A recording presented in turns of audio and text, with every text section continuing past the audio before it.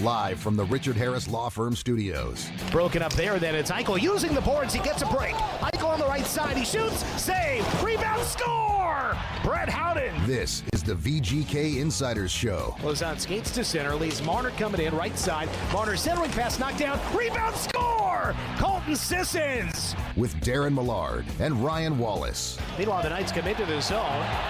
Feet left and a shot. Score. Jeremy Lauzon. On Fox Sports Las Vegas. Welcome in, Vegas Golden Knights Insider Show, Fox Sports Las Vegas. Ryan Wallace, Darren Millard, Jared Justice, live inside the Richard Harris Law Firm studios. Richard Harris Law Firm, where they've won billions for their clients with their less fee guarantee. Happy Monday. How we doing, boys? Oh, 3 in a row. Scored 15 goals over those 3 games. Vegas Golden Knights back within a point of first place in the Pacific Division. Henderson Silver Knights sweep Tucson on the weekend in dramatic style both nights.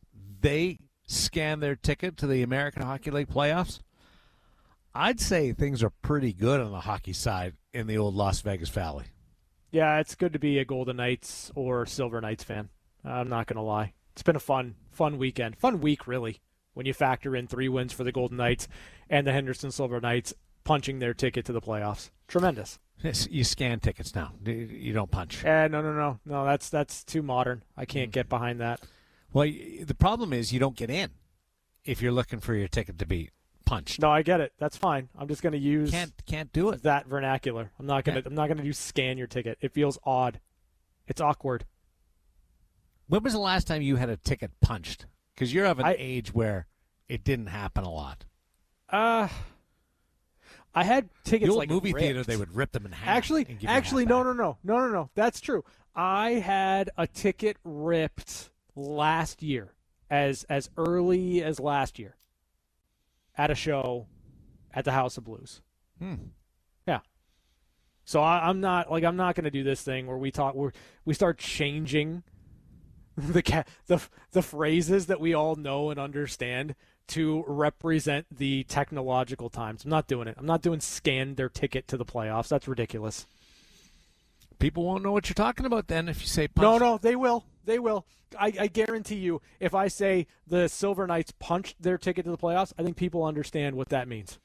Silver Knights are going back to the American Hockey League postseason, and they're not done trying to chase down a home ice spot. And the Vegas Golden Knights are 1 point out of a home ice berth in the first round, and they could grab the division title for another year and second year in a row. Things have come together very quickly for the Vegas Golden Knights. A lot of confidence among the goal scorers, and everybody's feeling good about themselves. The goaltender is feeling good in Carter Hart. Aiden Hill feels good about himself coming off his last win. The defense is lighting up their production compared to the earlier part of the year, and almost from top to bottom up front, they're getting offense from every single line. Yeah, I mean, you're not wrong, right? Like, you just look back to the Oilers game. Jeremy Lauzon scores his first goal of the year. It was a multi-point night for Lauzon as well. Rasmus Andersson also picked up a goal for the Golden Knights. He continues to be red hot. Jack Eichel, 3 points. You had a point from Mitch Marner. Brett Howden now goals in consecutive games. You get production from Colton Sissons as well. The fact of the matter is, you look at those 15 goals for the Golden Knights, it has come in a lot of different ways from multiple different areas of the lineup, and that's a great sign 3 games into John Tortorella's tenure.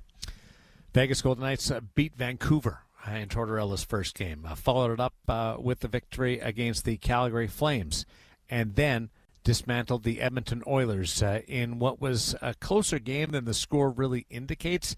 Vegas got some great goaltending out of Carter Hart, who's won back-to-back games coming off a 33-game absence because of a lower body injury, but also were able to score goals at a pace that we haven't seen in the past, in the sense of a close game being able to add to the lead, and were able to separate themselves from a very good team in Edmonton that had won 5 in a row. So now you've got 5 games left for Anaheim, Edmonton, and Vegas.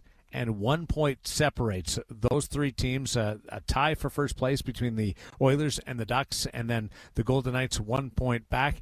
And it really is a sprint to the finish. The Golden Knights will face 4 teams of the 5 opponents that are outside the playoff position. I was talking to Brian McCormick on Nighttime at Noon today, and we were throwing it around. Like, what gets you that first place position in the Pacific Division?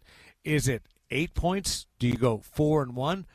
Is it 7 points that gets you that top spot in the division and a first-round series against the wild card team? I mean, I would make the argument that for sure it's 8. I don't know if like 3-0 and 2. I think 8 gets you in, but what like for sure gets you in? But is there any wiggle room there? I mean, maybe 7, maybe, but I don't know. I don't know that I'm buying the Anaheim Ducks down the stretch. I think it's just a race right now between the Vegas Golden Knights and the Edmonton Oilers. So, I think I can be talked into as low as 7 points. I think 8's for sure. 8 for sure gets it done. You do got to look at every team's schedule and how they match up with the remaining games. Like, for instance, the Golden Knights have 3 of their 5 games on the road. You look at that and go, okay, well, that's not an advantage. However, Vancouver tomorrow and Seattle in Seattle, that's a non-playoff team before facing Colorado. So 2 teams that are outside the playoff position are part of that 3 games on the road, and then you got Seattle and Winnipeg to finish off. So it is a schedule that you can navigate. The Ducks will face a very desperate team in the Nashville Predators tomorrow night. We'll face the San Jose Sharks on Thursday.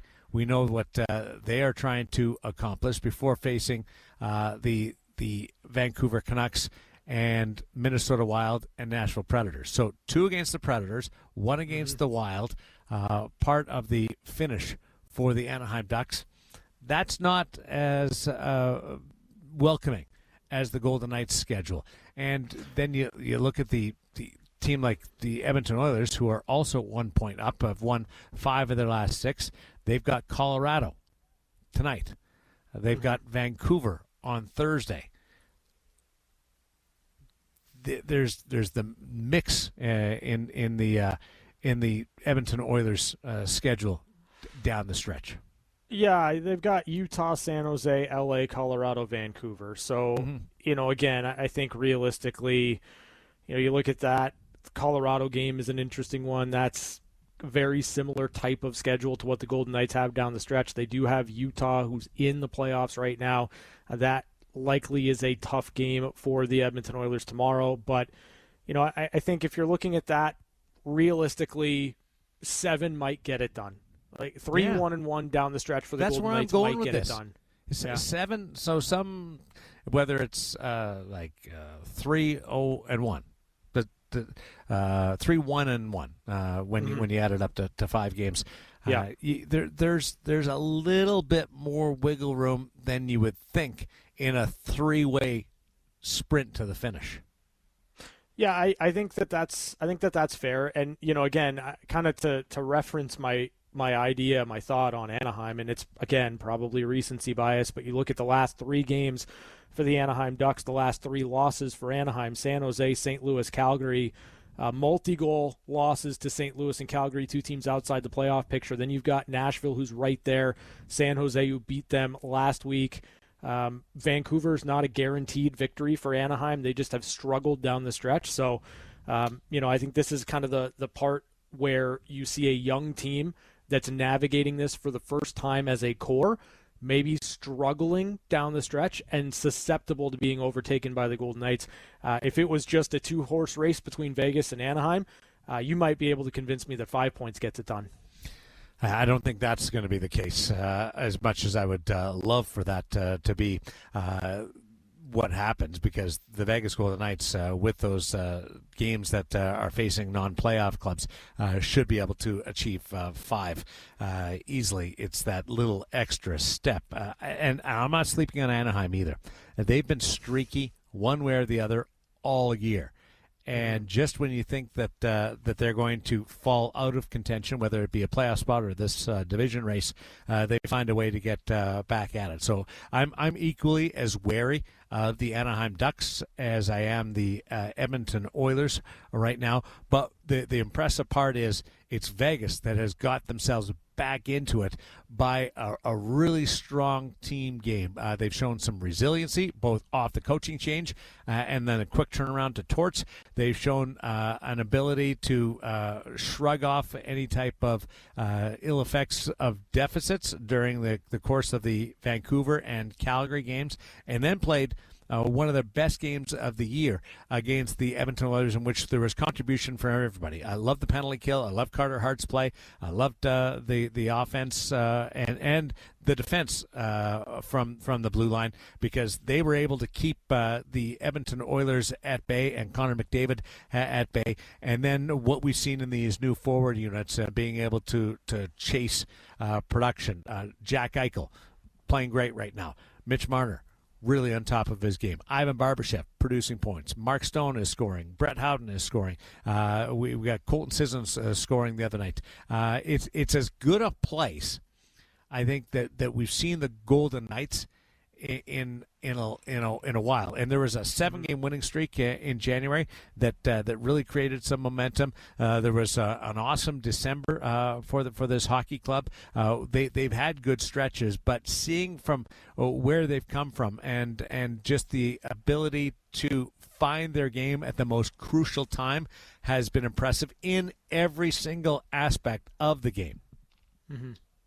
Yeah, I mean, it certainly feels like traction for the Golden Knights. And I use that word understanding that that's been something, we've been looking for all season long. But, their play in their own zone has been really, really strong. They haven't been, and Carter Hart had to be really good against the Oilers, and he was. But, by and large, I don't think the Golden Knights gave up in terms of like odd man rushes or anything like that. I think that they did a really good job limiting those chances against Edmonton in the game on Saturday. Then you just factor in what they're doing in the offensive zone. They're creating and executing at an incredibly high level. You probably still want a little bit more execution from your top power play unit. That's maybe the area you look at, but penalty kill's been great. Power play, second unit more so than the first unit of late, has been really solid. And, you mentioned it. Every facet of the game, the Golden Knights are playing better, and it's resulting in wins. Yeah, you're getting, and I don't mind getting greedy, but you're getting greedy when you're asking for more, when you're averaging 5 goals a game over the last 3 games. But what it does is all the offense that you've seen from different areas, it takes the pressure off that number one power play unit to be able to find their footing. It does, absolutely. And again, I recognize that if there's one area you're looking for just a little bit more, that would be it. But at the end of the day, if you're getting the production you're getting up and down your lineup, it doesn't really matter all that much. The Golden Knights didn't need to score a power play goal in that game against the Oilers, and they would have won handily. That's a product of a team that is really starting to hit their stride in the other areas of the game, not just on the man advantage.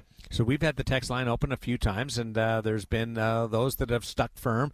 There are those that have questioned this team's standing in the Pacific Division, and there are those that have been right in the middle. I'm curious what people think today after 3 straight wins and culminating with the victory over the rival Edmonton Oilers. Where are you right now? Are you on board? I remember last week somebody saying, it sounds good. It's great. They beat Calgary. They beat Vancouver. But I still want to see more.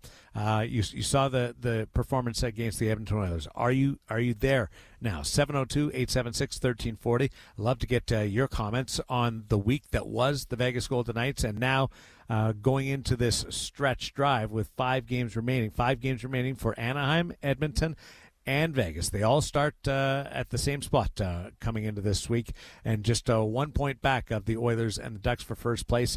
Have you changed your opinion, or if you were on board already, what do you want to say to those that were questioning this team standing? Love to hear from you. We'll have John Tortorella coming up. We'll take a break and return with the head coach of the Vegas Golden Knights. This is the VGK Insider Show on Fox Sports Las Vegas.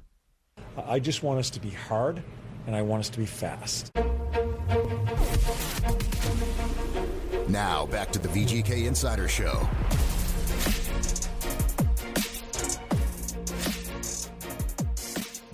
You asked, you were listened to, and the guys received the message and delivered. John Tortorella will get more from the head coach of the Vegas Golden Knights in just a little bit. It's the VGK Insider Show on Fox Sports Las Vegas. That's Ryan Wallace over there. I'm over on the right side of the room, getting you through Monday of Hockey Talk. We will have more on the Vegas Golden Knights weekend performance against the Edmonton Oilers and what's ahead for the VGK on the remainder of this 4-game road trip. But first, I want to give opportunities to people to win some cash and celebrate in and around the Las Vegas Valley with the word of the day. Yep, Fox Sports Las Vegas wants you to hit the jackpot with our code word of the day. You could win $2,026 by listening for the daily code word and texting it to 702-876-1340. Code word today is craps. Craps. C-R-A-P-S. Text craps to 702-876-1340, and you could hit the jackpot thanks to Lotus Broadcasting, Paul Padala, and Fox Sports Las Vegas. Ever tell you my story about craps? You did not. You have not. So 2017, the Vegas Golden Knights expansion draft taking place at T-Mobile Arena. Yep. Were you there that night? I was there that night, yep. It was an amazing atmosphere. It was the NHL Awards, which went in conjunction with the Vegas Golden Knights expansion draft. And the National Hockey League had like all these the greatest players of all time. They were leading up to the top 100, and people were backstage, and it was amazing. I got to host that with Catherine Tappan, the Golden Knights expansion draft side of things, and I feel a tap on my shoulder from somebody. I turn around, it's Bernie Perrant, like one of my first heroes in hockey. Bernie Perrant, nice. the Hall of Fame goaltender from the Philadelphia Flyers, who recently passed away, and Bernie's there. And Bernie, I don't know who he thought I was, but he'd seen me walking back and forth on stage, so he must have thought I had some kind of information going. And he said, "Hey, they want me to say craps. I cannot go out there and say craps." But he's French Canadian, and I'm like, "What?" He's like, "Craps. They want me to say craps. I can't swear and say craps." I said, "No, Bernie. It's the gambling term, the game." Craps. It's totally good. You're not calling anybody horse whatever. Right. It's good. He's like, "I can say craps." I said, "Yeah," and so he goes, "Thank you," and he walks away. And I thought, screw this. I followed him, took a couple of steps towards him, tapped him on the shoulder, and said, "Bernie, we need a picture." I took a selfie with him, and it's on my wall with a Bernie Perrant signed sweater. A really, really cool thing to one, talk to Bernie Perrant, but then talk him through something, like a real dilemma. He didn't want to go out there and swear. He was confused. Why do they want me to say craps? That's tremendous. It was just absolutely wild. Yeah. And then the rest is history. I come back here, and I'd never been to Vegas until that night. Really? For the NHL Awards and the Golden Knights expansion draft, and it was just like a perfect opening to be able to celebrate the expansion draft in Vegas, and then come here and work with and for the hockey club and celebrate a Stanley Cup championship, and hopefully more on the horizon. They are back within a point of first place in the Pacific Division. Off day today in Vancouver before hooking up with the Canucks for the second time in a week. John Tortorella after practice earlier today. You guys all got together as a group last night. What is the significance of the whole group getting together in terms of having a close group even this late in the season? Yeah, I think that stuff's really important. As far as the camaraderie, they've won a few games. I think they feel good about themselves. I think it's actually really good timing with a couple of days here in between games, and it's a big part of the game. It's a big part of building a locker room. What stands out to you about this locker room and the camaraderie inside of it, your early impressions? Yeah, I've been here a week, right? And I think it looks like it's a pretty open group. I think they enjoy one another from what I've seen. You win some games, and you feel good. It always helps. But I think they understand where they're at in the season. I think they know how to push one another. I listen to them on the bench. I'm very excited to be part of it. Your first road trip with the team, what does getting away from home do for you in terms of getting acquainted with your coaching staff? Yeah, especially all my staff, medical people, equipment guys. I'm still trying to place names on faces and trying to figure out numbers of the players. And being away, you're with them more. You're in the building more with them. It certainly helps. I'm beginning to get it as far as names. This is a good trip. This is a good trip, especially at the end of the year. I think it's really good to be on the road, just to tighten the group up a little bit. The change you make a lot is just swapping Jack and Mitch. What are aspects of their game that make them so easily interchangeable to you? Yeah, I think they're such good players, and such players that just play. They don't overthink. I think it's an easy switch for them. I've thrown Stoner with them too at times. They're our top players. I think bouncing around with other people, I think it's good for the other people also to experience that. I don't want to do it too much, but there are certain times that it looks good. There are certain times I'm not so sure it does, and we try to get back to our basic lines. But they're receptive. They're hockey players, right? That's what I like about our top guys. They're hockey players. There's not a lot of. You don't have to do much talking to them. They know where they're at. They know where they need to help, and you let them play. How much of the change is just getting to know them and tendencies, and how much of it is is there much X's and O's, John? No, we're not changing a bunch of that. Changed a little bit, just a couple of things in the defensive zone, but for me, it's been the mindset.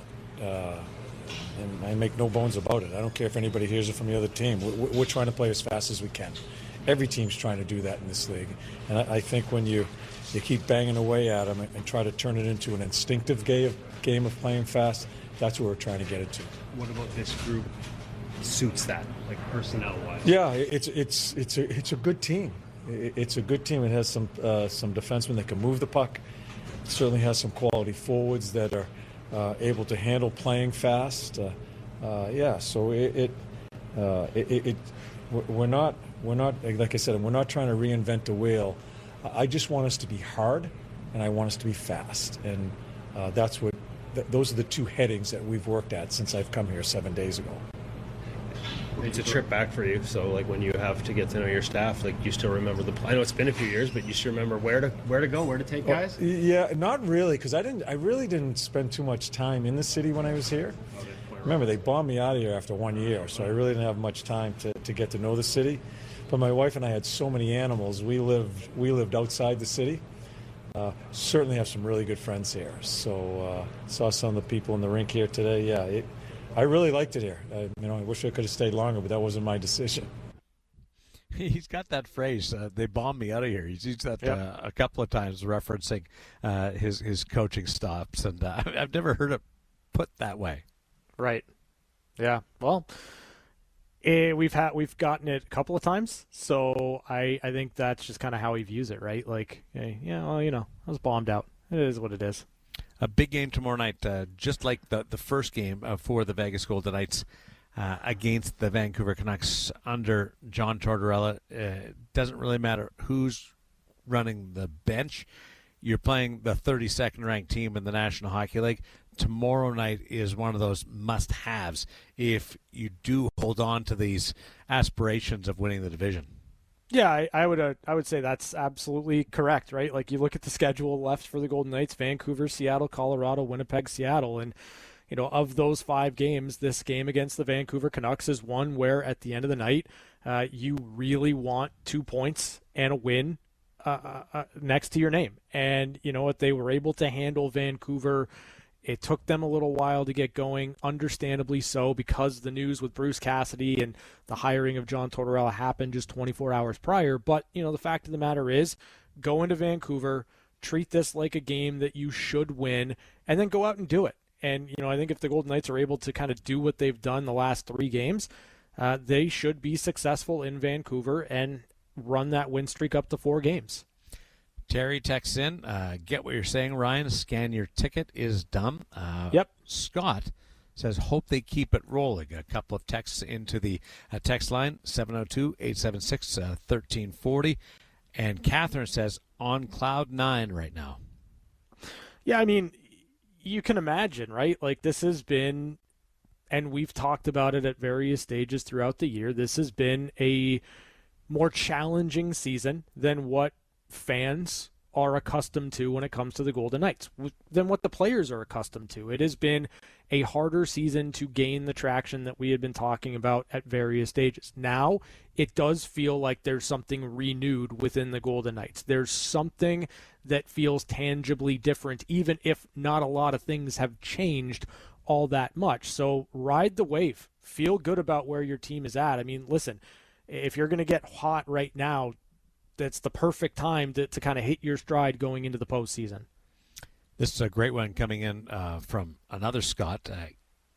Calgary and Vancouver were opportunities for Torts to get to know the guys. Edmonton was impressive. Question, was there anything behind that no fist bumps for Hill after the Edmonton game the other night? No, there was nothing in that no fist bumps video. I actually didn't know anything about it until first thing this morning. I got done recording 100% Hockey with John Shannon, and I got this text in. I'm like, what are we looking at?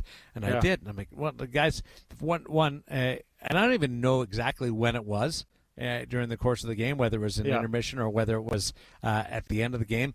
And if it was at the end of the game, I'm thinking guys had just celebrated after the game-ending meeting at the middle of the ice against the Edmonton Oilers, and they were just going to the room, and guys were looking down. Most of the guys were looking down as they come out the ice and walk around. So the idea that there was something being created about that was entertaining to me at the very least of it. That somebody could come up with a storyline there, but it kept me entertained for a couple of minutes this morning.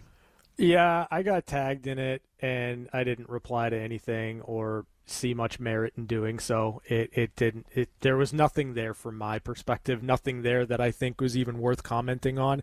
And kind of to your point, like, if you want to drum up, or if that's kind of the idea, to drum up some type of narrative where there really isn't anything and the video doesn't show much of anything, then do you. I don't know. There's not much else to say. This is from Shara Lee. So excited. And Terry says, I think we have a great chance to take the Pacific. It's a sprint to the finish now, with 1 point separating Anaheim, Edmonton from the Vegas Golden Knights, with 5 games left.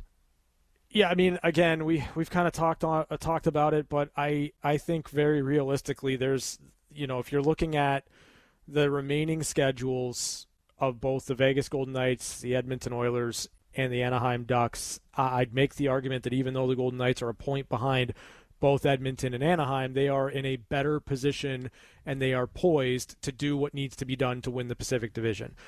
The Edmonton Oilers are playing without Leon Draisaitl. They are playing without Zach Hyman right now. Like, it is not as easy for the Oilers to find 7 or 8 points out of their final 10 games as it should be and could be for the Golden Knights.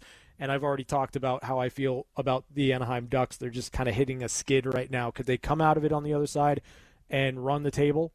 Sure, they could. But I just think that the path for the Golden Knights to win the Pacific is right there in front of them, and likely an easier path if they just take care of their own business than what is in front of Edmonton and Anaheim. Love this text from Anthony.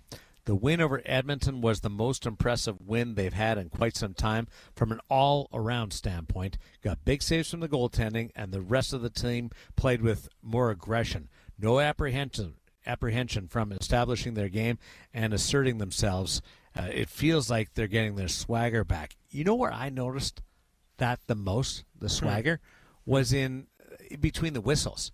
When Edmonton was trying to push and start something, it was met like with a brick wall.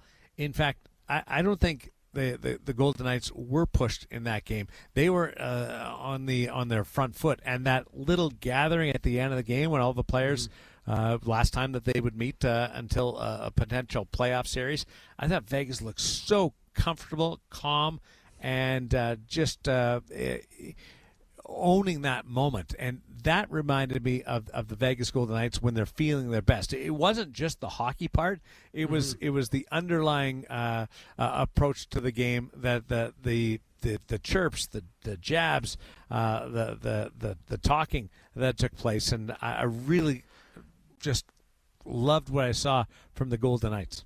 Well, it's hard to do that when you're not really feeling your game, right? Like it's hard to kind of come back with that if you know you don't have that swagger or you don't have that confidence. And for the Golden Knights going into the game against the Oilers, the fact that they had won 2 in a row, the fact that they had scored 10 goals over those 2 games, they're probably feeling better than what they would have felt at any other stage of the season playing against Edmonton. So I think those two things kind of go hand in hand. You're playing better, you're winning games. You just heard it from John Tortorella, right? You feel good about yourself when you win, and then that gives you the swagger that you need in order to continue to be successful. You also have a real competition or decision in who to lean on in goal down the stretch. Yeah. And I'm curious to see what they'll do in these final 5 games with the strong play from Carter Hart. What do you have a sense of where they go, considering that John Tortorella went to Carter for consecutive starts? I think part of that is just to get him up to speed. Get him going. I don't think there was a plan here.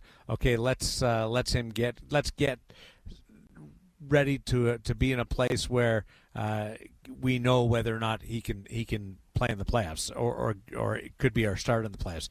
That was more in my seat from above, just getting him up to speed again, and back-to-back starts with such little runway left.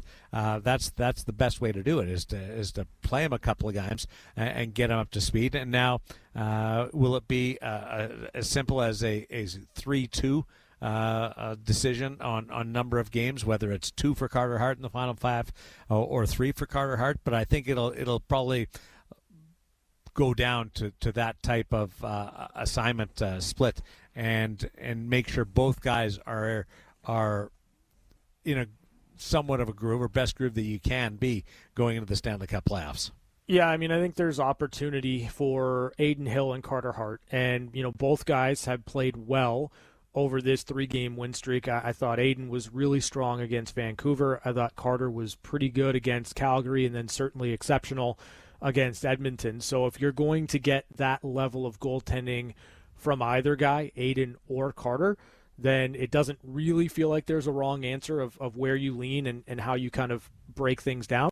But the reality of the situation is, coming off of an injury, coming off of missing 33 games in almost 3 months, Carter Hart needs to play hockey games, right? Like, he's got to play down the stretch in order to feel good about where his game is going into the postseason. And, you need enough starts also for Adin Hill to do the same thing, because it's been a season of injury for Adin too. So whether it's 3-2 one way or another for Adin or Carter, I don't think it'll be a 4-1. No, I don't either. And I think 3-2 makes sense. I think that's enough touches for each guy to feel good about where their game is at. I would argue that it probably should be 3-2 in favor of Carter, just to get him a couple extra starts to feel good and get back into the rhythm, all of those things. But I think 3-2 is the way to go. I think they'll both play one of those final 2 home games against the Winnipeg Jets and Seattle Kraken. A couple more texts. Where are you right now regarding the Golden Knights? From Bruce says, right where I was before. While I had concerns, I never had doubt. And Jess says, Carter is from the Edmonton area and had a ton of family there to see him play. Torch coaches from his gut. And Tina says, woohoo, woohoo. And one more. Andy said, reminded me of the Florida series. This talking about the Edmonton game the other night, the Cup final in 2023. Yeah, and that, I think, spoke to your piece about what the Golden Knights were able to do between the whistles, the swagger, the not getting pushed around by the Edmonton Oilers, not backing away from certain aspects of the physicality or whatever the case may be. And that was a hallmark of that team in 2023. You think back to the series against the Edmonton Oilers and Alex Pietrangelo and his decision to effectively stop all of the extracurriculars with his slash on Leon Draisaitl. Like, that is the type of toughness that you need in order to be successful in the postseason. That goes kind of part and parcel with John Tortorella talking about wanting the team to be hard to play against. Those are things that you highlight from what made the Golden Knights successful in 2023, and you're starting to see it more and more in their game under John Tortorella. Tina, that's my favorite text of the day. Woohoo! Give me a woohoo, Ryan. Woohoo! Yeah, it's not bad. It's bad. Not good. I don't even know why that happened. The woohoo part. The woohoo part. Woohoo! Woohoo! Woohoo! Woohoo! Is that better? I don't know if that's better. That was better. That was better. That's yeah. Use that for a drop in, Jared. Yeah, I know. Yeah, it's dynamite right there, Jared. Dynamite. Good stuff. Let's take a break. Ryan can't say woohoo. Woohoo! We'll be back with more on Fox Sports Las Vegas. Stay with us. That's how I've played my whole career, basically, and it's pretty easy to play under him. That's what he wants us to do. Just play fast, play north, and play simple. You're listening to the VGK Insider Show. Stay with us. Hour number 2 is going to feature one-timers, news notes from around the National Hockey League, and we will update you on what happened in the hockey parlay contest on Friday. We were playing for $1,100. That's $1,100 if you want to get specific. And a big jackpot will tell you whether or not it's gone or whether or not we will add $100 to it. Andy says Ryan really leaned into it. Home of the woo. I missed that. It was supposed to be woohoo. But well, you, my friend. Andy's not talking about me. Yeah. He's not talking about me. He's talking about Gosher. But you need to lean into the woohoo. Okay. All right. Hold on. No, here's the deal. Jordan says, tell Ryan he needs to say woohoo like the Blur song like the Blur on song 2. Yeah. Something tells me you get the reference. I do. I get it. Woohoo. I can't do it. I can't woo. Why do you sound like a 13-year-old going through puberty? I don't know. I don't know. It's something about like saying the word woo. I can't get it done. No, I'm not nervous at all. Like, and I'm actually singing the song in my head or humming the guitar part of the song in the woohoo. Yeah, I don't know. Yeah, no, just woo. Woo comes out that way. Woohoo. You're not there. You're maybe. What's it supposed to sound like? Do you go for walks? Like, do you go for rides, bike rides, or anything like that? Do you ever? Yeah, I like to go for walks. Okay. Walks are fun. Well, then do that when you're out and about. Like, work on it a little bit, just when you're by yourself, when nobody. Say woohoo like nobody's watching or listening. Woohoo. Like dancing like nobody's watching. Sing like nobody's listening. Woohoo like nobody's paying attention. I don't think that's the problem. Like, I'm not concerned about people that are listening to this. I don't think I can woo. I legitimately can't woo. Like, think about all the times, and there were many, where Chapman wasn't on the show. And we had to do Home of the Woo. Mm-hmm. And I would do it, and it was brutal every time. I can't woo. Some people can woo. Some people are just built to woo. They have that temperament. I don't have it. Okay. Well, I just can't woo. We'll try to walk you through it. All right? We'll try to get there one step at a time. One woo-hoo at a time. And see if we can find some some progress on this. Going to connect with Kelly McCrimmon, the general manager of the Vegas Golden Knights, who joins us every Monday on the VGK Insider Show on Fox Sports Las Vegas. His team has gone through a real surge in the last week, and a team that has managed to close the gap on first place, trailing the Edmonton Oilers and the Anaheim Ducks by a single point going into the last 2 weeks of the National Hockey League season. Still more work to be done, but they've certainly found some confidence in the goal-scoring department, where they've been able to find the back of the net, averaging 15 goals a game over the course of this three-game winning streak under the guidance of new head coach John Tortorella, and also getting it done defensively. It's been a real strong performance on the backside of it. Aiden Hill and Carter Hart both playing some strong goal, and then the increase in production on the back end has also been a very positive. So there's no lack of things to talk about. In conjunction to that, the play of the Henderson Silver Knights and what they've been able to accomplish in being able to secure their American Hockey League playoff spot, first time since 2022, and a team that's going in the right direction. So let's start there as we welcome in Kelly McCrimmon. So appreciative of you taking the time for us. Know you're all over the place right now, but the Henderson Silver Knights, Ryan Craig's team, some incredible individual performances this year, but to be able to not only secure a playoff spot, but there's still opportunities for home ice advantage in the first round by the Silver Knights. Yeah, there's just a whole list of things that are going really well down there. First of all, the players are getting better. The prospects are developing. They've had good veteran leadership from the older players in Henderson, and I think the record's 23-3 or something in the last couple of months. It's just unbelievable how well the team is playing. They were able to get two last-minute wins on the weekend to clinch the playoff spot in front of our fans, which is great. And now we're going to work real hard to see if we can acquire home ice in the first round of the playoffs. So yeah, lots of positives down there. I think since we've talked last, Trevor Conley was Rookie of the Month. Raphael Lavoie was Player of the Month. And Carl Lindbaum didn't win Goalie of the Month, likely because you can't give one team all three of those monthly awards, but his numbers certainly would have justified it. So yeah, there's tons of positives with the Silver Knights right now. So good for Tim Schmeltz, Ryan Craig, the coaching staff there. It's going to be an exciting finish. And up top, the Golden Knights have been able to rattle off 3 straight wins, scoring more goals, playing really solid defense, getting great goaltending. What have you seen as a real impactful part of the game that's led you to get back within a point of first place?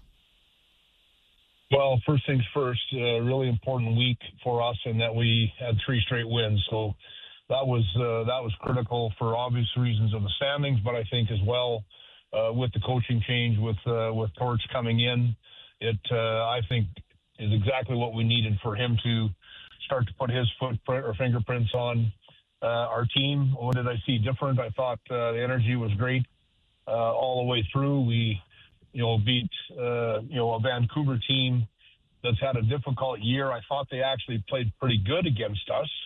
They later in the week went on to beat Colorado 8-6, and then we played a Calgary team again that have had a challenging year. It was 3-3 halfway through the third, and they too went on to beat Anaheim later in the week. So I thought we had lots of people involved offensively. So some guys that were able to get on the score sheet, which I think helps confidence. I think we saw a lot of different line combinations or usage of some players was different, and that I think generates a little bit of enthusiasm and excitement for players. And the defense were much more involved, I felt, and that was I think that was good for when you look at the makeup of our team. I think that's a good thing for us when you can have those defensemen more involved in the attack. So some of those things were real positive. We've had an opportunity to practice here today in Vancouver, and we have a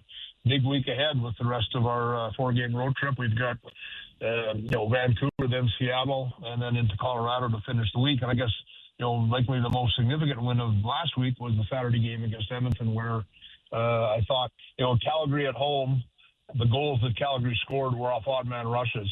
I don't believe we gave up an odd man rush against Edmonton. So just some of the adjustments.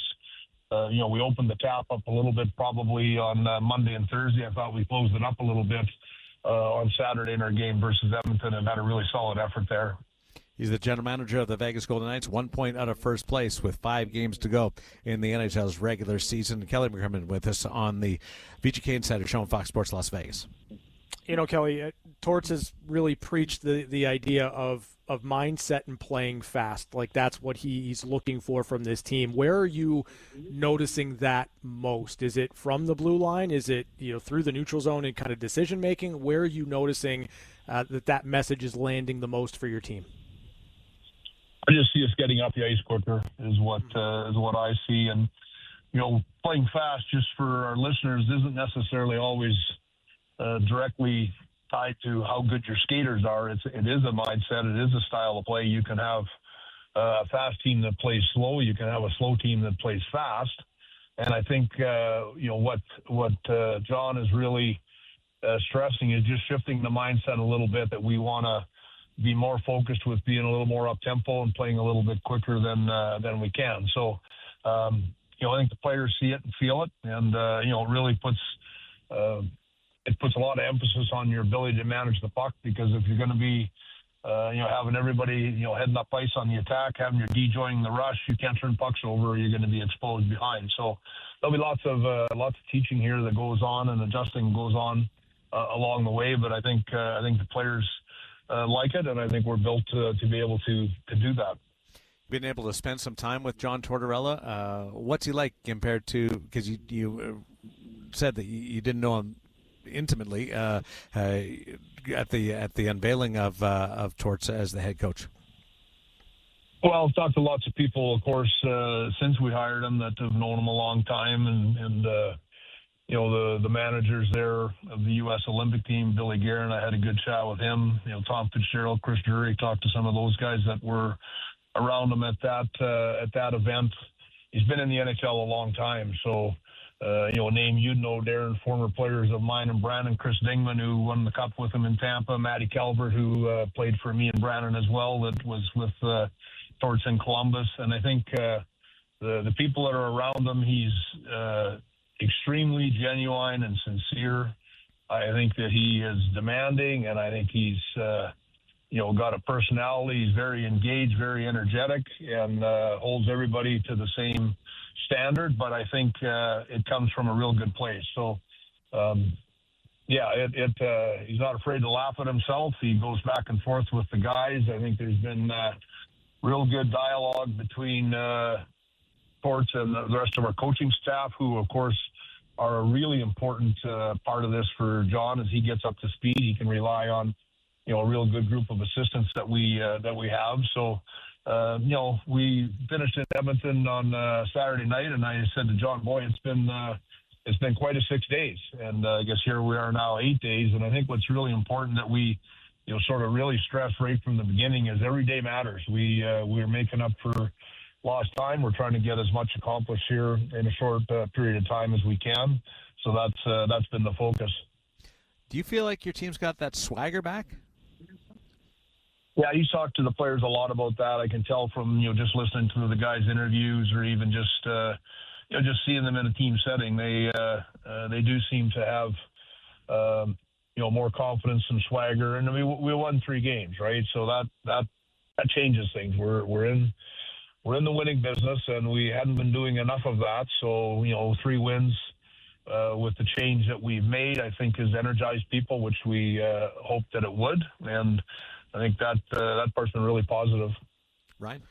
When you start to look at Carter Hart now, 2 games in a row off of the injury, I thought he was excellent against the Edmonton Oilers. Just tremendous stuff from Carter. What did you like over his first 2 starts in nearly 3 months coming off the injury? Well, finished in good health, I guess, first and foremost. We played, Thursday at home. If he didn't feel, 100% after that game, we wouldn't have went back to him on Saturday. He was able to play Saturday and felt better after Saturday's game than he did after Thursday's game. Maybe just the benefit of having a game, one more game under his belt. But I thought he played well. I thought that he played well. It's interesting. We've played 3 games. I thought Aiden Hill had a really good game against Vancouver in the first game that Torts coached as well. So, if we can improve at that position with our goaltending, that's certainly going to go. You're going to play a big part of what wins are going to look like. So, it's amazing how over the course of a night, when you watch a goalie have a good night, you forget, kind of that 2 or 3 good saves that a guy makes. And I thought in Edmonton on each of their first 2 penalty power plays, he had 1 real good save on each penalty kill, right? And that's kind of what you sometimes by the end of the night you forgot it, but if you don't get that save, then it changes the scoreboard. So. I was encouraged with Aiden's game and both the Carter's games this past week. Leave it on this.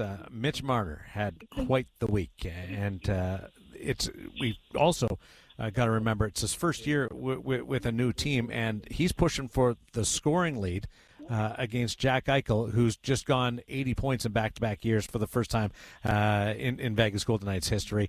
Mitch just doesn't seem to be a place that you can put him where he won't excel.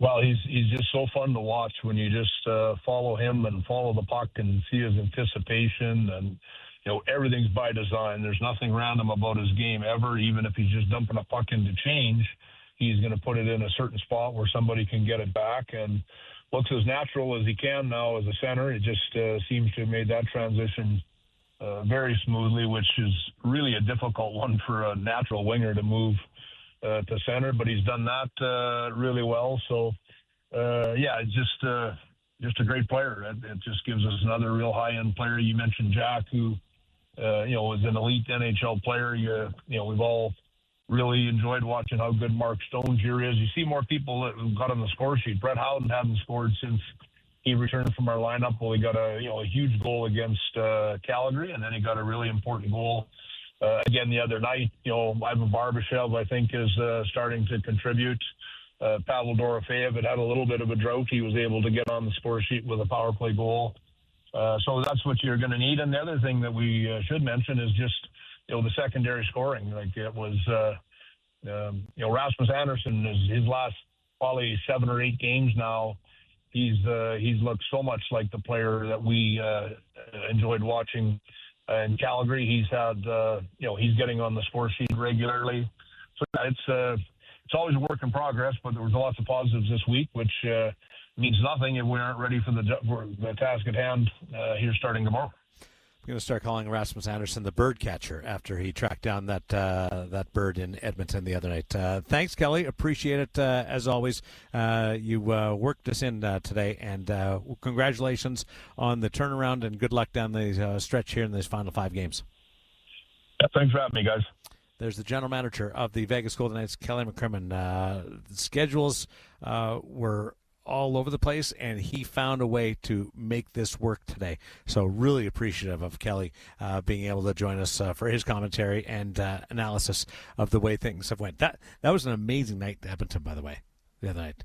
You had a guy get conked in the head with a puck. He's bleeding. Didn't spill his beer, and probably went back to get one while he got fixed up, but went up the stairs acknowledging everybody like he just won a prize instead of going to get stitches. A woman gave birth in the building that night. Yep. During the game, and then we had that bird that was trapped in the building. Yeah, it was the stare down from Rasmus Andersson, and he couldn't have picked a better fan. I'll just leave it at that. And just owned it too. Yeah, just 100%. Owned it. Yep. Our producer Taylor Quellman was a little bit frustrated by the execution of the fan. Said it wasn't even a good one. He said if that was a real bird, that thing would have been flying sideways in there. It lacked execution, maybe just like the Oilers on that night. But what a way to wrap up this regular season with a 3-way battle for first place. You're listening to Fox Sports Las Vegas, KKGK. That is the call letters on the Golden Knights radio network, which brings you the VGK Insider Show. We'll be back with hour number 2 next on Fox Sports Las Vegas. Live from the Richard Harris Law Firm studios. Stone forward, drops it off Barbashev. Motoring lefty, shoots, score! Tipped home by Stone. What a redirection. This is the VGK Insiders Show. Here's Anderson, a slap shot. He scores! Power play goal for Rasmus Anderson. With Darren Millard and Ryan Wallace. Again, they continue to shove here as the final seconds come off the clock. The horn will sound. The game is over, but the extracurriculars continue. Vegas 5, Edmonton 1. On Fox Sports Las Vegas. That was more of a gathering. It wasn't even close to a kerfuffle. But No. There's a lot of talking going back and forth. Trent Frederick and Keegan Colasar among the two principal combatants. Mm-hmm. Well, But it wasn't really much of an extracurricular. no, not really. Like They're the just old catching up. days. Yeah, The just old talking. days, we really get at it. That was more just sending a couple of messages, getting your jabs in, getting your one-liners. And I love the way Keegan Colasar chirps. Like he's like a thoughtful chirper, where it's not just the profanity and the standard insults. There's stuff coming, and it's not even nasty stuff. It's just well thought of barbs going out from Keegan Colasar. My favorite Keegan moment over the last 3 games was at the end of the game against Calgary, and the tapping of his stick toward Adam Klapka. Just phenomenal. Just letting him know what a terrible hit that was late in the game. Loved it. That dude's big. Yeah, he is big. He's a big guy. Man. Was he 6'8"? I think that's 6'9"? right. Yeah, I think that's right. Just a mountain. You know, they think he can be a player too. Like he was in a nasty mood that night and used his body the way that you can use a 6'8" big frame. There was some real nastiness to his approach that night, but they've got confidence that he can play up in the lineup and do a lot more than that. 6'8", 235. Yeah. Like, Goodness gracious. that's a presence out there, and Keeks didn't back down that night, and was certainly on the front foot the other night in Edmonton, and that's where I say, like, there was no need for Vegas to push back. They didn't give Edmonton a chance to put Vegas in a position to push back. It was Vegas that was assertive that night in almost every fashion. And where does that come from? The confidence from winning a couple of games? Does it come from being able to score so many goals against Vancouver and Calgary and everybody feeling good about themselves? Is it the new voice of John Tortorella? Is it the goaltending that they received in the 2 previous games from Aiden Hill and Carter Hart? Or is it a combination of it all? But they did, like, if you watch them 2 weeks ago and then immediately put in the game against Edmonton, you would have noticed a very different feeling around that group. Yeah, I think it's all of those different factors, right? I think it's a new voice. I think it's the fact that they've won. I think it's that they have gotten strong goaltending. Honestly, I think it's part and parcel because they haven't fallen behind by multiple goals in a game over their last 3. Like, I know that they were trailing against Vancouver and Calgary, but it was only a goal every single time. It wasn't one of those big holes you had to find a way to dig yourself out of. And, you know, I think it's separating in games, which is what the Golden Knights were able to do against Calgary, what they were able to do against Edmonton. So, you know, it's a lot of those different factors, but right now they're a team feeling good about where their game is at, and that is, you know, certainly wasn't the case for them a week ago, 2 weeks ago, 3 weeks ago. This thing could go down to the wire. Last couple of games are at home, and you could be there, courtesy of the VGK Insider Show. Yeah, so we're going to call a winner for the VGK and Seattle Kraken April 15th. That's a Wednesday. You will win those tickets. You will also qualify to be entered into a drawing to win tickets to the Frozen Four Hockey Championship at T-Mobile Arena on April 9th and 11th. That drawing will be tomorrow. So, winner, instantly, VGK versus Seattle, and then you'll be in the qualifier for the Frozen Four tickets, 702-876-1340. We're going to take caller number 12. Caller number 12. What number were you flirting with? You know, I wanted to do 4, but then I didn't like the idea of continuing to do the Frozen Four qualifiers, caller number 4, and then I was thinking about doing 15, but then I felt like Jared would get mad at me because that's a lot of phone calls, so I just decided to shorten it a bit to 12. Yeah. Jared could use a little bit of a push every now and then. Yeah, I know, but I also know Jared's, dealing with all of the things all of the time. I don't want to put too much on him. The only thing Jared's dealing with is Jared. That's it. In what way? What are you talking about? Jared's just dealing with Jared. The problem for Jared, and this is not unlike people that are always there and help and do these things, Jared leaves his door open too much. He's the guy that everyone goes to. Are you saying like that metaphorically? Yes.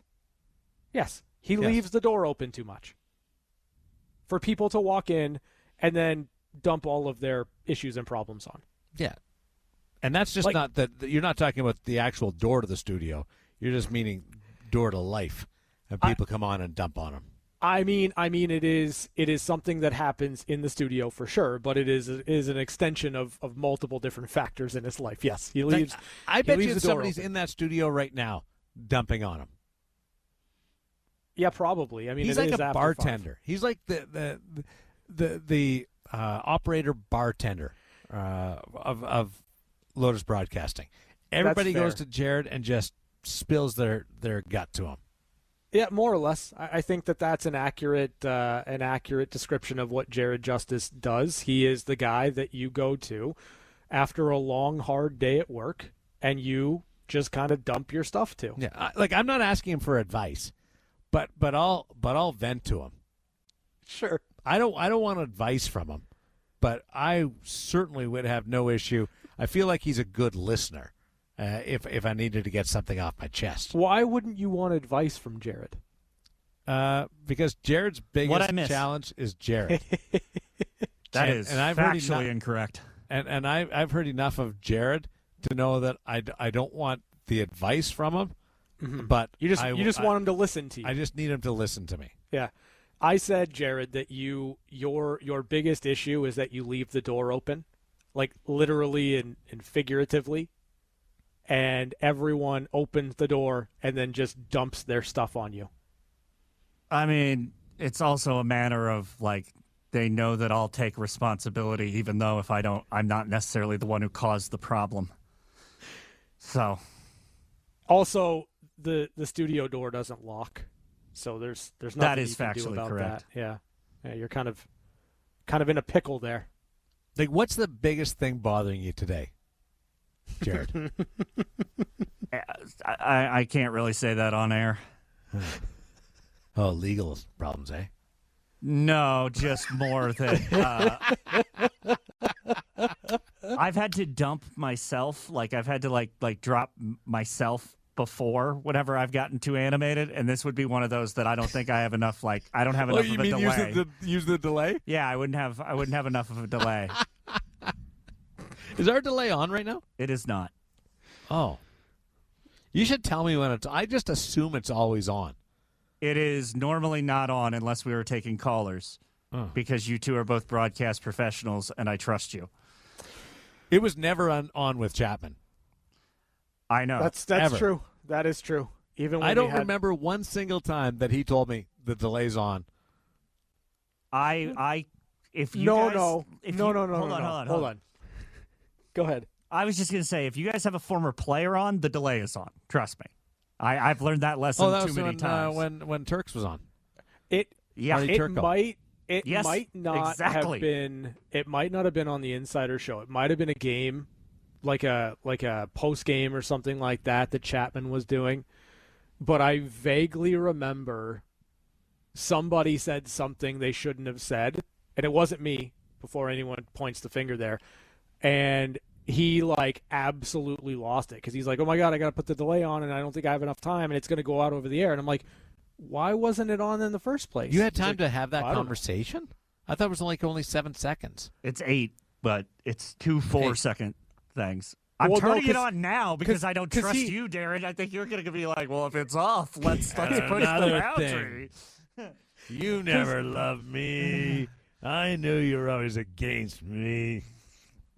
That's a very interesting voice. Is that like a character you've developed?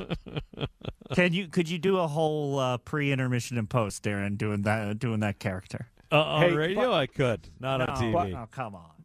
By the way, Andy is really chirping us on the text line about the game ratings. He What is about not it? happy that we haven't done the last 3 games, and he's asking right now in real time, are we done with game ratings? Okay, let's do them. Okay, hold on one second. And The dust has settled and the pads have thawed. It's game ratings on the VGK Insider Show. All I think about is a couple of T-bones out thawing on the porch outside in a spring day instead of pads thawing. But that's my problem. I got to get over that. What's your game rating for the last 3 games? 5 out of 5. Believe it or not, I'm walking on air. All 3 were 5 out of 5? Yeah. We're at that part of the year. Like, we're at that stage of the year. Wins are wins. 5 out of 5. I'm not overly concerned about the nuance or any of those other factors. It's, did you win? Did you get 2 points? Yes, 5 out of 5. Like, that's what's needed, especially chasing down first place in the Pacific Division with 5 games left to go. I'm going to lean into vibes here, so I'll go 5 out of 5. Believe it or not, I'll go medium. 5. Theme from the greatest American hero. Believe it or not, Joey Scarberry. I'm Peter Griffin, and I am the greatest American hero. My special power is being somehow memorable after a very short run on TV. Believe it or not, I'm walking on air. I never thought I could be so free. Flying away on a wing and a prayer. Who could it be? Could it be? Believe it or not, it's just... It always catches me by surprise. I loved what they did against Vancouver in the quick turnaround and being able to steady themselves. Because there is some... scar tissue there for trying to transfer over from their vibe, trying to play freer in that game, and it did in retrospect. Took a little while. Calgary was impressive because they trailed a couple of times in that game, and then just open it up and were able to get some confidence, and winning the game in Edmonton wire to wire was most impressive because of the stakes of that game. If you don't win it in regulation, it really makes it hard to overcome what would be a 2-point deficit in the final 5 games. Now it's won a little more. It doesn't sound like a lot, 1 point, but when you only got 5 games left, it is a bigger challenge. So yeah, 5 out of 5 sounds good, but I'll go the short version. 5. Theme from the greatest American hero. Believe it or not, Joey Scarberry. See, that's the way you do it. You maximize your time. I'll never go the long version if I can help it, because I like talking too much. well, the long version no longer exists, so that's What happened there? well, let's just say somebody put a 2 instead of a 3 into the upload and deleted his own imaging. Wow. Oh, so you did it. 2 thumbs pointing at the sky. You know, I did that with my VIN number and registering my vehicle. What? You put in the Really? wrong. You've registered your VIN like the wrong car. Yeah, I registered. It was an S, but I put a 5 in. And I couldn't figure out why I kept getting these notices about the insurance company not being able to verify my insurance. I'm like, I've registered the car. I've got insurance. This should be easy. And I kept getting notice after notice after notice. And finally, my good friend Janet figured it out and pointed me in the right direction. But yeah, so Jared, it can happen, man, to the best of us. And you and I, very talented individuals. And sometimes it just goes against us. I don't know if yeah, I'm that's talented. why I go to the kiosk and scan the card. I don't have to input anything. And It's all done I automatically. don't take your expertise at face value because you can't Really? even woohoo. Okay, that's fine. So by the way, shout out to Jordan for getting the How I Met Your Mother reference. Well done, Jordan. Thanks for paying attention. Thanks for playing along. And also, I'll sneak in this one from Joey Zamboni on the text line. Missed the word of the day. Can you accidentally drop it again? Yeah, Joey, I can accidentally do that. The word of the day is craps. Accidentally. Yeah, I know. No, accidentally, you're supposed to go, oh, craps. That's No. accidentally. Fine. Craps. CRAPS. Craps. We got like a minute. Are we supposed to be doing that? Dropping it again? Yeah, will we I mean, get we into can say trouble? it as many times as we want to. We want people to text in the word craps to 702-876-1340. I mean, and half the time, though, you guys make up the word of the day on the spot. So Yeah, so That's really, it's all on a whim here. I just really. wondered if, like, legally, like, are they still eligible to win if we give it out more than we were supposed to? I mean, again, like legally, are they allowed to win if we just make up a different word of the day? I don't know. Figure it out. Because sometimes the bosses listen. Not often. Because I've said enough things about the bosses on the show, thinking I would get a call. Doesn't usually happen. It actually happens more when we're just doing like regular stuff that they don't like. Never mind me just daring them to call. When was the last time you dared them to call?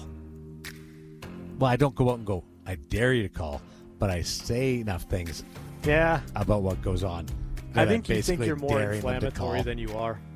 I do tempt fate a little bit. One-timers, news notes from around the National Hockey League. Coming up on Fox Sports Las Vegas. I dare you to call.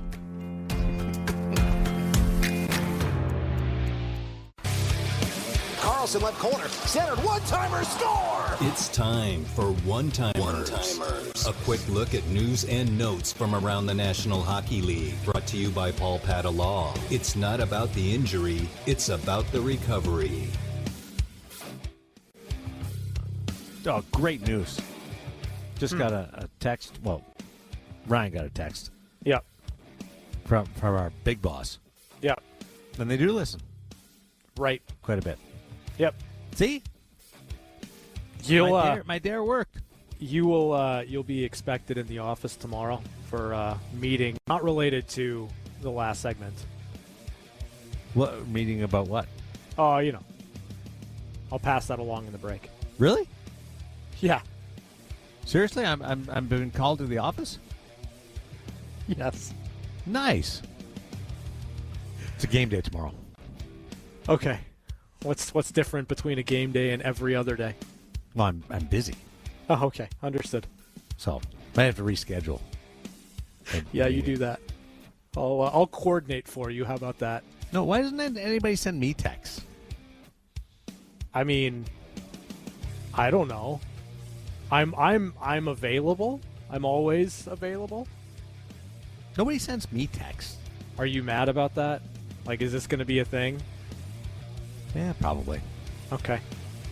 Do you want me to let them know to just send you a text next time? Yeah. They're thinking of you. Yeah, what's I said it. Shouldn't I get Right. the text? I don't know. You want the text from the big boss? Are you my PR manager? Certainly not that. No.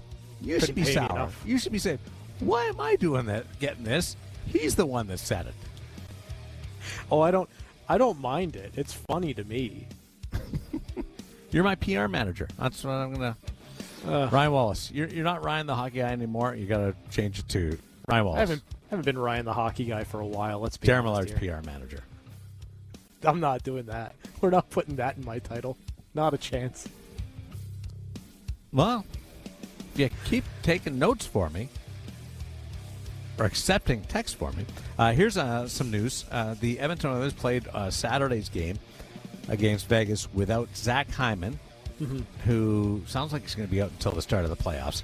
They did say if it was the playoffs, he would play, but they're trying to let something heal. Yeah. There. Also, we're missing Leon Draisaitl. Yes. He's out until the start of the playoffs. Update. This just came across my desk. Leon Draisaitl may not be ready when the Stanley Cup playoffs begin. Wow. That from head coach Chris Knobloch on Monday. The forward hasn't played since March 15th. That's different than what we were going on, the assumption. Yeah, I mean, that's certainly not ideal for Edmonton to not have Leon available. Now, did Knobloch give a timetable in terms of when he may return? Yeah, he said Leon's going to be on the ice this week. Uh-huh. I don't anticipate him playing any games in the regular season and in the playoffs sometime in the first round if things go well. I'm not ruling that out, first game of the playoffs, but I would just anticipate sometime in the first round. There's a period of time we anticipated his return, and we said it was going to be right around the end of the regular season and the start of the playoffs. So they're just massaging the goalpost there. Yeah, that's interesting.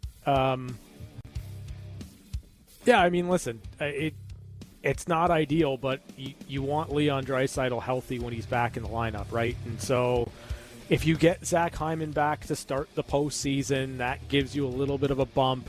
If the Oilers can tap into what they had done the 5 previous games before losing 5-1 to Vegas on the weekend, then you should feel encouraged by that down the stretch. But, for whoever they play in the first round, if you've got an opportunity or a window in that first round without having to face McDavid and Draisaitl, you better not squander it. You better find ways to win those games. This from the New Jersey Devils. Tom Fitzgerald has been fired as general manager. Wow. Fitzgerald had been with the Devils since 2015 when he was named assistant general manager. He was named interim GM in 2020. So 6 years at the helm of the New Jersey Devils. Had a conversation with the owner, David Blitzer, and they just said it was time to move in a new direction. They had a thoughtful conversation. The Devils had above 500 record under Fitzgerald since he was named the full-time general manager, but were unable to take big steps towards challenging for a playoff run or simply just qualifying for the playoffs, and they're going to miss again this year. Yeah, I mean, it felt like a team in a lot of ways that was poised to kind of cement themselves as a perennial playoff team, and then they just kind of got stuck in neutral. Now, injuries play a part. Goaltending has certainly been something you kind of look at in some degree with New Jersey, but he made a splash picking up Jacob Markstrom. Yeah, and for that sure. one hasn't worked. It hasn't worked, right? And so, the Jake Allen acquisition was a good one. Jacob Markstrom hasn't worked out as well as you'd like it to. Injuries pretty much every year to Jack Hughes have derailed momentum for them at key points of the season. So there are factors that, I don't think you can necessarily prepare for if you're a general manager, but I don't disagree that, it's maybe time for a fresh set of eyes and a new direction for the Devils. This decision by the New Jersey Devils is just a few hours after it was announced that the New York Islanders were making a change at head coach. 4 games remain, and the Islanders parted ways with Patrick Waugh, who I think has 2 years left on his deal, and brought in Pete DeBoer for the final 4 games and the rest of the Stanley Cup playoffs if they can qualify and make it in. Right now, they're battling for position with for both the wild card and a top 3 spot in the Metropolitan Division. But Pete DeBoer takes over the head coaching job of the New York Islanders and has another 3 years on that term. So he gets a new contract to stay with the New York Islanders for 3 years beyond what is going to be his introduction to the team. They don't play again until Thursday, so there's a little bit of time here. Islanders have lost 4 in a row to watch their playoff chances fall into doubt. Islanders are the first team on the outside in the Eastern Conference, 1 point back of the wild card leading team, Ottawa Senators, and they are also 1 point behind the Philadelphia Flyers, who occupy the 3rd seed in the Metropolitan Division. Yeah, so there's 2 different paths, obviously, for I guess, for the New York Islanders. It's wild card or top 3 in the Metro. I mean, we all know how good of a coach Pete is, right? Like, we have seen it firsthand here with the Vegas Golden Knights. We watched him go to 3 straight Western Conference final appearances with the Dallas Stars. Like, that's just how good he is. Then you start to think about, what he can do with a young, promising, electric, ridiculously talented defenseman in Matthew Schaefer and what he's been able to do as a rookie in this league. So, the future is certainly bright for the Islanders if they don't make the playoffs, but I don't think you make this move if you're not hoping for 4 straight wins and a way to get yourself into the dance. Pete DeBoer saying today that it did come out of left field. He said the first communication he had with Matthew Darche, the first-year general manager of the New York Islanders, was the Carolina game, a 4-3 loss. That was after that 4-3 loss, and then things picked up later on the weekend. He adds that there's familiarity with the group. He said that his first reaction was, really? We're 2 weeks away from the offseason. What's the rush? And then Matthew Darche sold him on the organization and the vision and the direction of ownership, and that had resulted in Pete DeBoer taking over the New York Islanders, which I think would be the latest a coaching change would be made for a team that qualifies for the Stanley Cup playoffs. 4 games. Vegas did it with 8. The New Jersey Devils did it with 8 and ended up winning the Stanley Cup in 2000 with Larry Robinson. They also did it with 10 games left under Lou Lamoriello. But this is really about as late as you could ever see it, partly because of the 4-game losing streak that has them going in the wrong direction. Yeah, and I think the Islanders are 8-10 since the beginning of March, where they were pretty firmly supplanted into a playoff spot. So it's certainly been going in the wrong direction for the Islanders from the beginning of March. And, again, they're right there. If they get in, you've got a coach in Pete DeBoer who's never lost a Game 7. So, do with that what you will. He has tremendous success, typically early on in his tenure. And, again, he's been to, in the years that he has been coaching, he has been to 3 straight three straight Western Conference final appearances.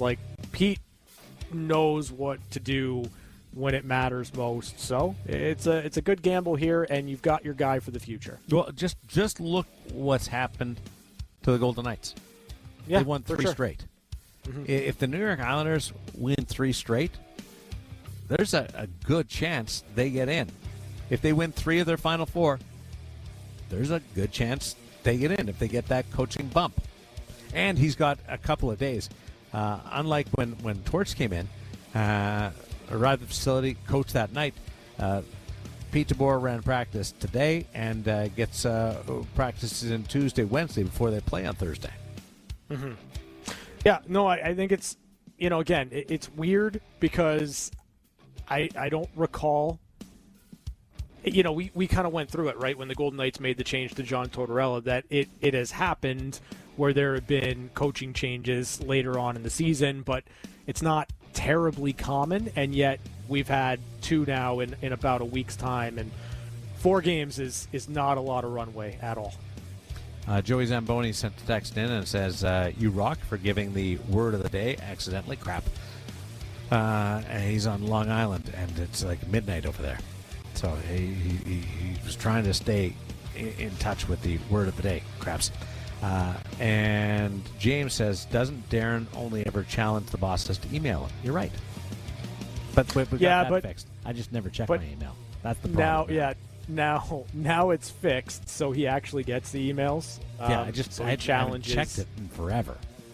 So now he challenges the phone call. Yeah. Because you just won't answer. Now I got a big meeting tomorrow. Yeah. But I'm not going to be able to make it. Right. Now, how do I tell him I can't make it? I don't know. You're going to have to figure that one out. Because I haven't checked my email in so long, it's probably locked. I mean, they're probably listening now, so they're aware you can't make it. Just let us know. That's a good point. That's a great point. So things are working out okay. You've got it all sorted out, buddy. You know what you're doing. We're making progress, right? Well, you're my PR guy. What do you think? Oh no. I've resigned from that position. I am no longer Darren Millard's PR guy. So are you just, whenever you get a text about me, are you just going to say no longer in charge, or are you going to send I'll forward it to you. Oh, okay, that works. And you can deal with it, yeah. How much does the PR position pay? Well, are you interested? He wouldn't do, come on. How's your He's dental? not going to pay. He's not going to pay anything. Darren still owes me a couple of loonies and a toonie. From the first year you did this and you lost bets. You still owe me money. What are you talking about? Well, let's do an accounting review, and then I can pay up my debts. Yeah, it's like $6. Really? Hold on, $6 American or $6 Canadian? No, I'm leaning into $6 American at this point. Because it would be weird that it worked out perfectly to $6 American, given the Canadian exchange. Yeah, interest has it at 6. We've got $6. Desert Dog tickets to give away. Yeah, if you want to see the Desert Dogs on April 18th for Fan Appreciation Night at Lee's Family Forum, be caller number 7. Caller number 7, 702-876-1340. You're a winner. Love the way you do things. We'll try to sort things out and wrap up the show. Big week for the Vegas Golden Knights, trying to chase down first place in the Pacific Division. It's the VGK Insider Show on Fox Sports Las Vegas. That was One-Timers. Brought to you by Paul Pata Law. It's not about the injury, it's about the recovery. I'm on fire over here, lads. Come on, I need some back and forth. Come on, what do you got for me? What do you got for me? Now make it quick. Make it funny. We're down to the wire. It's the last minute of play. A couple of big things happening tomorrow. Golden Knights take on the Vancouver Canucks, and I'm supposed to have a big meeting with the bosses. Yep. People want to know on the text line if I'm nervous. No, I can't make it. Right. But I can't be nervous about the meeting because I can't make it because I got to be doing the TV thing. Mm-hmm. What time's the TV thing start? TV things. Well, that's an all-day thing. TV's a little different with interesting. With a whole bunch of preparation. Yeah. So just wow. It's gonna be busy from 8 a.m. all the way up until 11 o'clock at night, huh? Well, tomorrow's my sleep-in day because Monday, Gotcha. Wednesday, Friday, 100% Hockey, the podcast with Millard and Shannon. Sure. Today we recorded at 6:30. Plug in. We recorded at 6:30 this morning because the Flyers had their team picture, so we had to record with my buddy Jonesy early. So I got to get some sleep, right? How early do you get up for those recordings? Are you roll out of bed 7 minutes? Okay, nice. Because everything's all done. I just walked down to Studio 33 in my office and crank that up. So it's everything's. I'd like to make a smoothie and a tea before I record. What's in the smoothie? Well, a bunch of stuff that makes me a elite athlete. Like potential athlete. Like blueberries and yeah, there's some of that. Some yogurt. Then there's some other stuff. Honey. I don't think I'd want to be going to the Olympics right now. TRT, testosterone, HGH. Oh yeah. There's a few things in that Got some, in that smoothie. Peptides ripping. I get it. Understood. Yeah, just understood. Equine vitamins. I wouldn't want to be depending on me to pass a test at the Olympic Games. Okay. All right. Well, look at my legs and my arms. Do you think that just happens naturally? Don't you have a dent? Yeah, I think they actually could happen naturally. I do have a dent. I have a dent in my thigh because a car pulled out in front of me when I was cycling, and I went right over the hood of that thing.